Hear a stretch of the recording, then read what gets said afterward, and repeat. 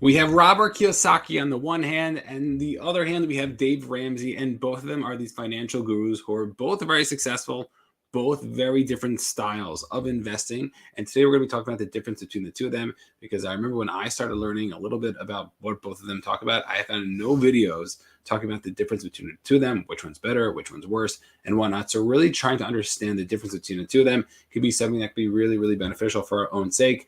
Once again, this is my own opinion. This is not legal advice. Please seek your own professionals if you are looking to make any type of investment. So when I started getting involved in my personal journey, so there was these ideas of financial freedom that came up a lot. And then yesterday when I was on a live with a gentleman named by Maverick Peters, who has a podcast called Money with Mavs, who talks about the basic financial 101 ideas, I started to understand that there is really this big debate in finance to try to figure out how it is that we can start to make as much money as possible, not be in as much debt as possible, and really understanding that there's there are different styles out there.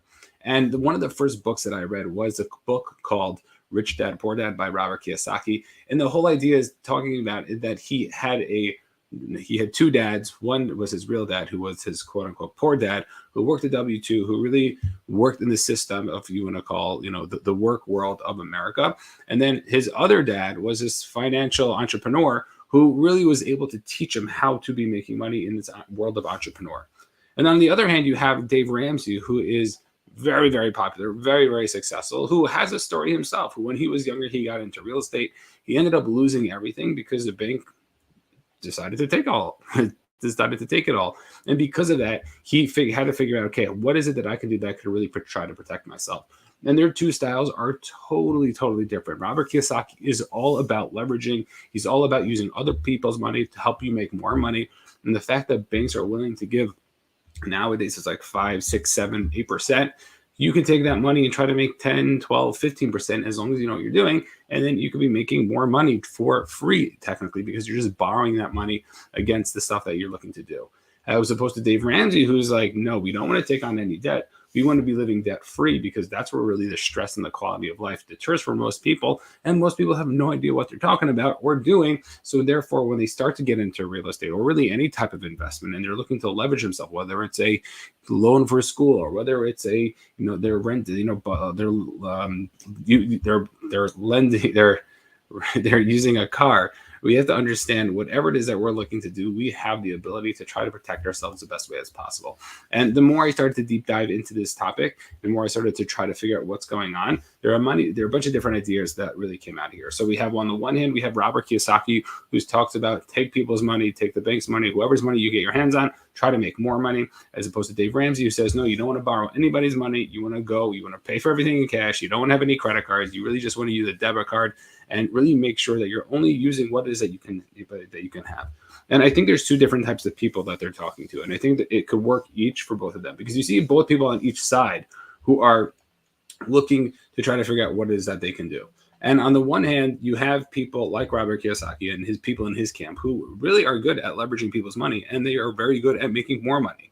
And if you're looking to jump and to scale in a longer sense, and you're really looking to make more money, Robert Kiyosaki's way really makes sense, because what you're doing is you're just taking people's money and you are investing it in other things. So when you borrow $1 million, you could buy a $4 million apartment building. And as long as you're managing it, even if you're getting no cash flow above the expenses, at the end of 15, 30 years, whatever type of loan you take out, you understand like you're going to have a $4 million property that you can just give back the money to the bank. And then all of a sudden, you own this property, and now you have $4 million in your pocket. And it really makes sense if you think about it. And it's the problem that happens, and the thing that happened in 2008 is that more people were leveraging money against themselves, that they really had to be able to cover themselves. And they were also working on different ideas in different areas of their life that, probably wasn't really smart investments. I personally believe that when it comes to, COVID, everybody was starting to invest in properties, and money was so cheap, literally 2%. Literally, that's crazy how cheap it is. 2-3% that you're borrowing money for. And what happens is that you end up borrowing somebody's money for this time. But however, when the banks, like the rates go up and down, and then in 5 years, 10 years, when you have to start to refinance your properties, what's going to happen is that the rates are all going to go up. They're going to go up to 5, 6, 7%, whatever they're going to be. And we're coming to that point now where it's almost, coming up to people's time that they have to look to refinance their properties. And the points are going to go from a 2 to a 5%. And it might sound small, but in real estate and money sense, if your loan is $3 million, like that's a lot of money that you got to start coming up with. That has to be on top of already what you've been making to make the deal make sense. And I think a lot of people are going to default on their loans, not because they did something wrong. I mean, they did do something wrong, not because the investment at the time wasn't right, but they weren't really prepared for what it is that they were going to do. The ones who were successful are the ones who bought, let's say, more distressed properties, who were able to add value, or able to raise rent in other ways. So they were the ones who were able to really focus on themselves to really take things to the next level. And I think that is something that is so key and so important, because so many people don't realize that you have the ability to make the money doing the leverage way. And you have the ability to really start to use other people's money to make more money, whether it's in real estate or any other type of investment. And recognizing that, I think, is really important. But the thing is that you need to know what you're doing. You can't just jump in and say, oh, I could do this, I could do that. And I think a lot of people have been bit and are going to get bit because their egos get the most of them. Like they can technically afford a property, but they can't really afford it because they can't keep it going. They don't know how the numbers work. And a lot of people are going to get bit. And guess what? The people who know what they're doing are going to end up making even more money because they know what they're doing. And I think with anything, as long as we know what we're doing, then we'll be fine. But if we're starting to be a little naive to the fact that, oh, I'm really good at this thing because I was able to buy during a good market, like at the end of the day, it's not necessarily the best thing. So we have to recognize that when it comes to the things that we're looking to do, when it comes to especially investing, that if we are more knowledgeable, if we have the ideas of what it is we can make happen, then we have that ability to really start to make money off it. And I think Dave Ramsey has a whole other theory. He's like, why use anybody else's money? Because if you buy everything for cash, then you own it. And then technically nobody could come just take it away from you. It doesn't matter what the market is doing. Nobody could come take that away from you. It does take a lot longer because think about it. If you have $1 million house, you have to spend $1 million to buy it. As opposed to if you want to mortgage $1 million house, you'll need to come up with $250,000 to buy it. Then you have to come up with monthly payments. So we have to understand what is it that we're looking to do. And I think most people, especially and let's just talk about America, I think most people are not really good at spending money. They're not really good at personal finance. They're not really good at being on top of what it is they need to be doing. A lot of people spend more than they have, which is pretty crazy if you think about it. But people really get stuck, and especially when they're younger, and then they're stuck 10, 15, 20 years later down the line. They're like, oh my gosh, I can't believe I took out this loan when I was a kid because I wanted to get a fancier car, or maybe I was, I had tuition bills that I needed to take out and I took out a mortgage or something, whatever it was. And what happens is that people end up shooting themselves in the foot. And because of that, they get stuck later on, and they really have to dig themselves out of it. And a lot of people are starting in the hole. And one of the things that Maverick said yesterday, which I thought was really great, is that the first part that you want to do is you really want to see where you are. You want to be honest with where you are. And I think so many people don't really recognize that if they can start to be honest with their finances and understanding, okay, I might be making X amount of money every month, but guess what? All my mortgages, all my other things, all have different possibilities. That is something that we have to realize, I can start to figure out, I have this ability to really work on and really make sure that something's going to happen. And if we could start to do that, then we can start to realize, hey, I can start to figure out where does I need to be going. And most people are just so oblivious to their real financial situation. Because they're so oblivious, they're not able to get themselves out of the hole. And if we can start to say, hey, let me start from here, and let me get myself out of here. Let me set up a plan. Let me start to figure out what it is I need to be doing. So then we have this ability to start to really get out of it. And I think if we could just start to understand realistically, no judgment, where we are, then we can start to move forward. There's a client that I was one time working with, and he came to me and he's like, Ben and I'm making a few dollars every month, but I really want to scale my business. Okay, great. So we started working with each other. And then the first thing we started doing, we started auditing his business. And it came out that he was really losing money, not just like a little bit of money. He was losing a lot of money based on all of the expenses and everything that he was going on, and things that he wasn't really thinking about, or maybe he was thinking about it, but he wasn't really, keeping tabs on it. And because of that, we started to realize that we're in trouble here. We have so much more that we can be doing, but recognizing that if we could start to move forward and get out of here, then we can start to fix things. And so many people have such a difficult time stepping into that. So many people have such a difficult time really moving into all these different things because they just can't get themselves to do it. And that is something that is so important when it comes to our own lives, when it comes to our own personal finances. We have to be honest with ourselves. And the numbers don't lie. And if we're trying to make them lie, if we're just not being oblivious to it, we're only going to dig ourselves in a bigger hole. So we have to suck our egos up. We have to understand, where are we? Where is it that we want to go? And start to try to plan to get out of there. And Dave Ramsey is excellent at that. So if you are suffering, if you are behind your bills, if you have a lot of credit card debt, Dave Ramsey's plan really works. It has helped hundreds, thousands of people already really take them out of the situations that they're in to get them back, to get them positive. Because financial pressure is one of the worst pressures, whether it's personally, on the relationship, on the household, on the kids. Like, it is so, so damaging. And a lot of it is just financial literacy. We're just not sure. We just don't know what it is that we need to be doing. And I think if we could start to just educate ourselves, so number one, we won't be putting ourselves in a hole. We could be able to really have that delay of gratification and not allow ourselves to make certain decisions or certain financial put ourselves in certain financial situations, because we'll be so much more prepared, and we'll know, okay, this is not something I could do. And how many things do we buy on Amazon? We're like, yeah, I probably shouldn't have spent that money on that. Or how many things that we subscribe to, they're like, yeah, I probably shouldn't have done that. And it's really interesting that a lot of people don't think about it.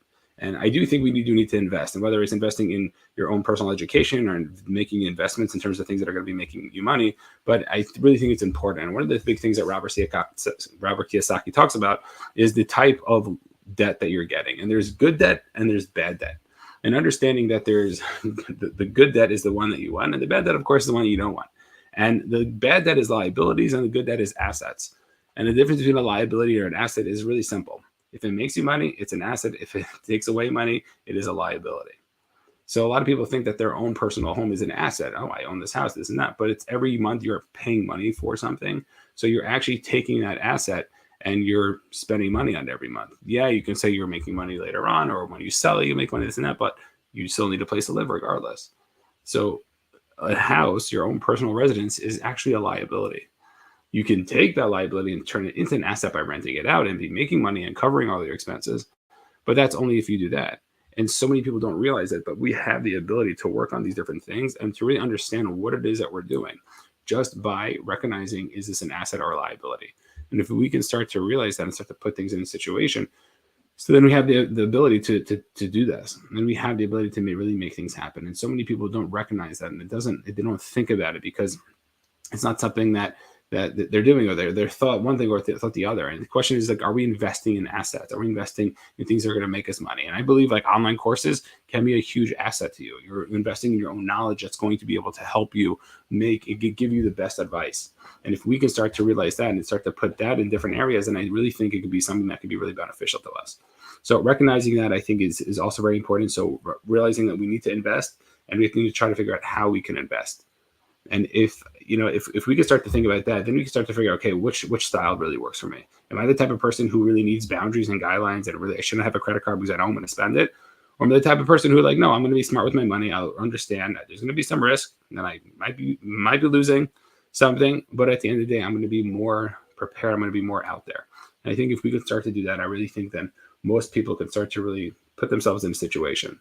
So what I came out with, the difference between Ramsey and Kiyosaki, is to recognize, number one, is Dave Ramsey, if you are the type of person who gets anxious about money, somebody who maybe is working W-2 and you're not making so much money, maybe you're very bad at credit cards and spending money and this and that, then you should definitely follow his model. It's definitely something, this is about my opinion, it's definitely something that will help you in order to get yourself out, keep you on a plan, and be able to live a life that you want to be living, but more situated. It might be slower, but in the long run, you're going to be grateful. Because how many times do we look back, if I only did this 5 years ago, or if I only did this 10 years ago, we would have been in such a different place.